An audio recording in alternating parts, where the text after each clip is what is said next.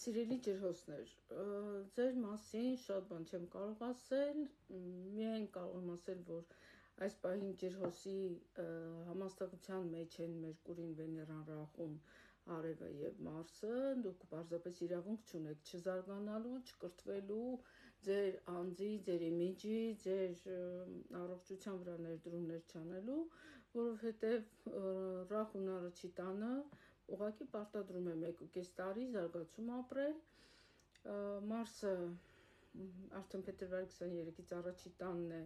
մենք գիտենք, որ դա անբարենպաստ դիրք է Մարսի համար անվանում ենք Կուջադոսա, այսինքն փչացնում է հարաբերությունները շրջապատի հետ, մինչ այդ էլ տենց լավ երևելի դիրքում չէր ջրհոսների համար, որովհետև 12-րդ տանն էր, այսինքն այսպես թե այնպես որոշակի լարվածություն կար, բայց Մարսը առաջի տանը առավել լարված է, որովհետև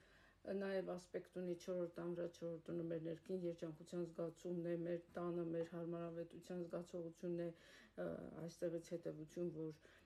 Մարսը չի թողում, որ մարդը տանը հանգիստ մնա, դիմացի տան վրա է ասպեկտը, առանց այդ էլ 7-րդ տանը կետու մոլորակներ, իսկ կետու մոլորակը սահմանափակում է գործընկերների եւ նաև կողակցի հետ շփման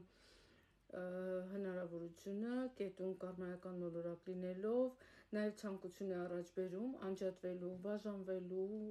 կողակցից, դա այդ զգացողությունը ջրհոսների մոտ էր 25 թվականի մայիսի 18-ից եւ կավարտվի 26 թվականի այս տարվա դեկտեմբերի 5-ից եւ Մարսն էլ ասպեկտ տալով այդտեղ հնարավոր է դուք ցանկություն ունենաք ձեր կողակցի հետ վիճելու,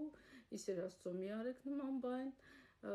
եղեք կազմակերպված, եղեք ակտիվ, եղեք աշխուժ, չնայած ասեմ, որ այս բոլոր մոլորակների շքերթը, այսպես ասած, առաջի տանը ձեզ ստիպում է կենտրոնանալու ձեր անձի վրա, վատ մի զգացեք, մեղքի զգացում մի ունեցեք, այո կենտրոնացեք ձեր վրա, ձեր արտաքինի վրա, բայց որպես հետևանք, երբ որ դուք կենտրոնանում եք ձեր անձի վրա, դա մի այնպես արեք, որ կարծես թե դուք միակն եք եւ շուրջը ոչ ոք չկա եւ ձեր կողակցին ամբողջությամբ անտեսեք։ Տված է կարմայական առաքելություն առաջի տանը, զբաղվեք ձեզնով, հանգիստ թողեք ձեր կողակցին մինչև այն պահը, երբ կգա բարենպաստ ժամանակ իր հետ շփվելու։ Շնորհակալ եմ, մնաց Յուպիտերի մասին, դա հաջորդ հոլովակում կպատմեմ ձեզ հետ է Սոնա Հակոբյանը։